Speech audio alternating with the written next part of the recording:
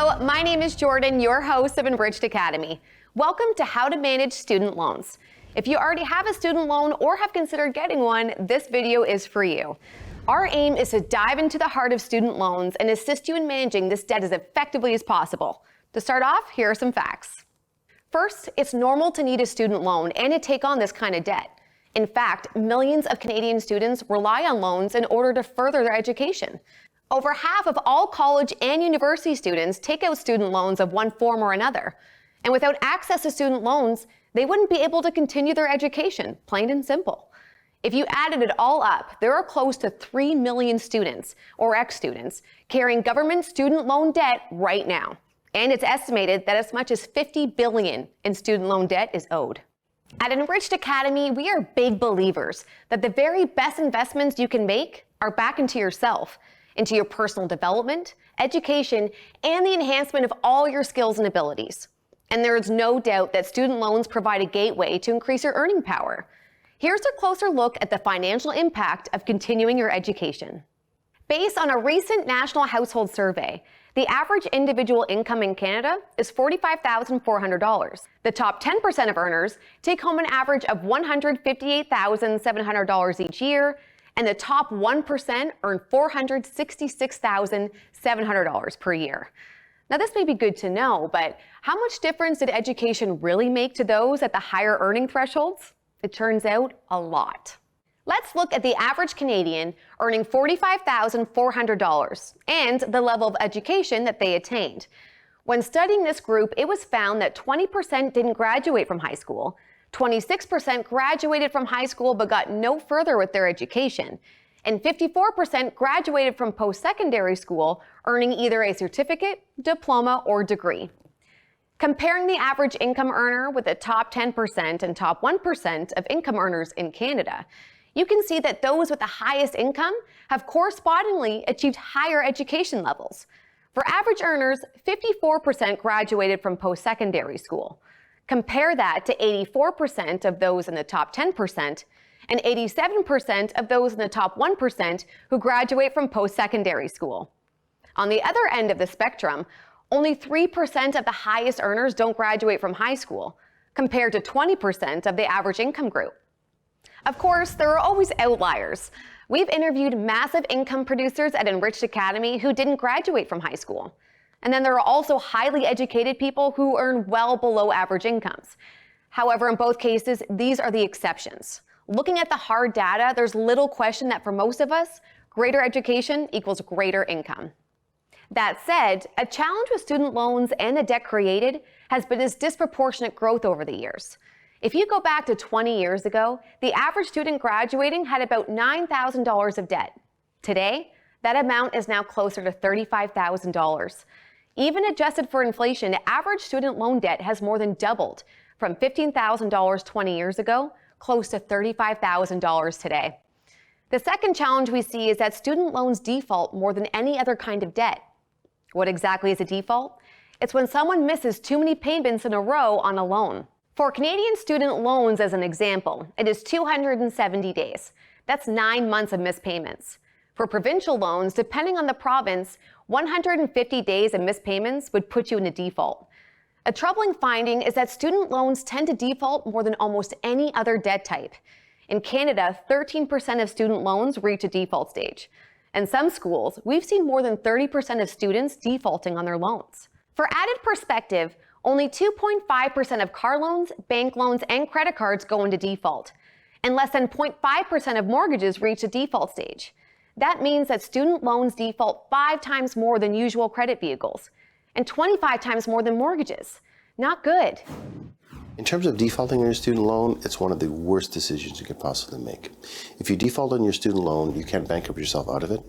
We are going to get a collection agency to phone you up every day, and we're going to take your tax refund until it's completely paid off. So it's a very bad idea to default on your student loan. The number one advice I would give to graduates about their student loan or how much they owe is don't ignore it. If you're in financial difficulty, there's programs to help you pay for it. If you're not in financial difficulty, you should start paying back after about 6 months.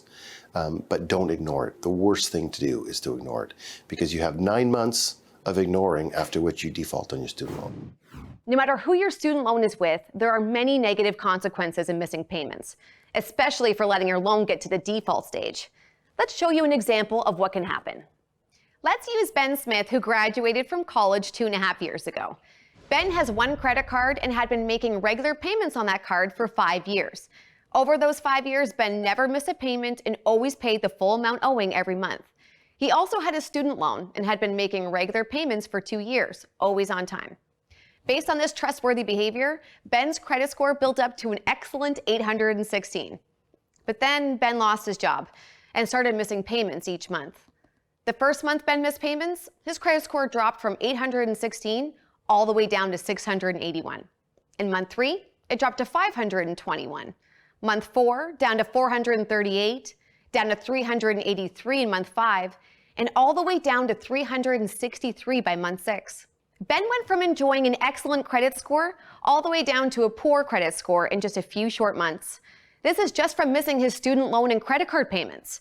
Because of a few hard months, Ben went from excellent standing with lenders to being viewed as a high risk. This brought with it major financial consequences that can affect every part of life. Here's a look at average lending rates depending on credit grade.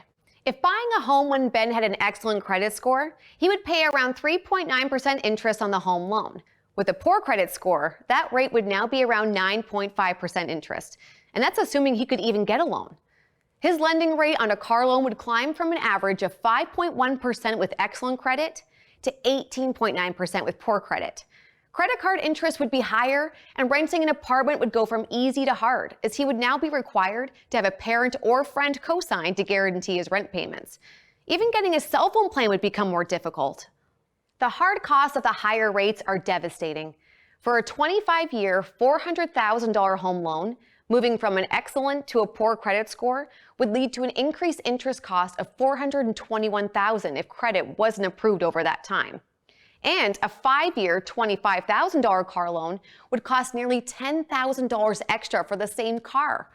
So again, there's no question that enhancing education is a fantastic investment and will increase your earning power. As also illustrated, the mismanagement of your student loan can be downright painful and lead to serious financial consequences later in life. Let's take some time now to look at the biggest mistakes made with student loans to make sure you avoid them. Not falling victim to these mistakes will help ensure your loan stays in check and that your loan fuels your financial future instead of hindering it. The first mistake is not taking the time to research scholarship, bursary, and grant money available to you as a student. And just so you know, if you're already a student, it's not too late to apply. Contrary to popular belief, scholarships, bursaries, and grants are not just for new post-secondary students. They're available to just about any student. The federal government, provincial governments, individual schools, businesses, and charitable foundations all provide them. When you apply for your student loan, you're automatically qualified for some of the programs available to you. Another good resource is your student aid office. That said, you may be able to find many other options by using an external resource. For example, scholarshipscanada.com. Scholarshipscanada.com has a database of over 100,000 scholarships, bursaries, and grants. The total value of what's available is in the hundreds of millions of dollars, and more than 20% of this money goes unclaimed. Why not take a few minutes to get matched and to see what's available to you? It takes 5 to 10 minutes to create a profile, and then you're automatically matched with dozens of potential opportunities. By the way, 80% of the awards available do not require an academic average, and many don't even require a student to demonstrate their financial need. There are scholarships available for everything, from enjoying curling to being tall. Don't skip this step. It can provide you with thousands of dollars for your education. The next and most common mistake is not having a plan to manage the debt. Looking at student loan debt from a national perspective, here's what we see. At one end of the spectrum, there are people who are intentional about managing their debt, and they create a plan to wipe out their debt quickly after they graduate. We've seen graduates with tens of thousands of dollars of debt, even hundreds of thousands, and they've paid off their loan over just a few years. On the other end of the spectrum are those that take 10, 15, or 20 plus years to pay their loans back, with some running into serious financial difficulty along the way. The latter group usually avoids thinking about their debt for as long as they can, and some never even address it.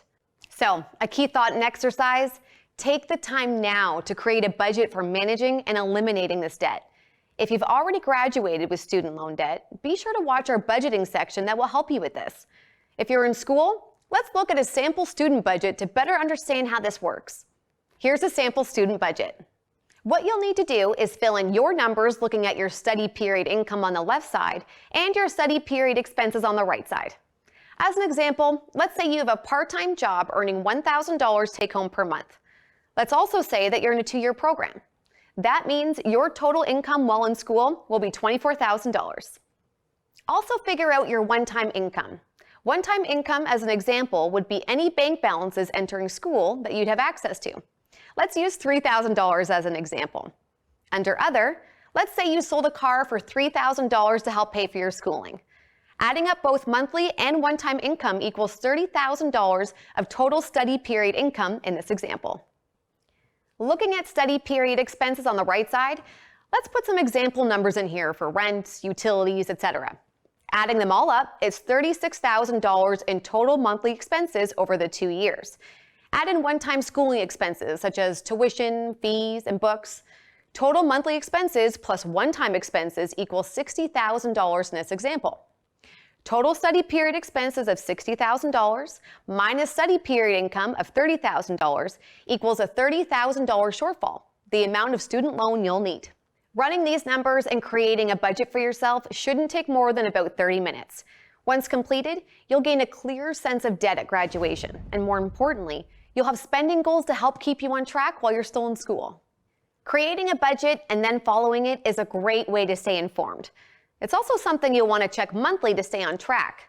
This will help you avoid the next mistake, using your student loan for unneeded purchases.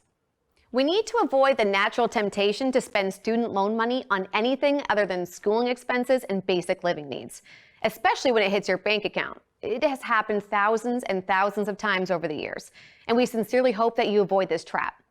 That being said, when you open your bank account and there's this large balance, there's a voice in our head that says, I can have fun with some of this money, can't I? I mean, you're supposed to have some fun as a student, right? Then we've spent it on clothes, a new computer that loses its value quickly, a trip, drinks at the student pub. We've even interviewed people who've admitted to buying a new car with their student loan.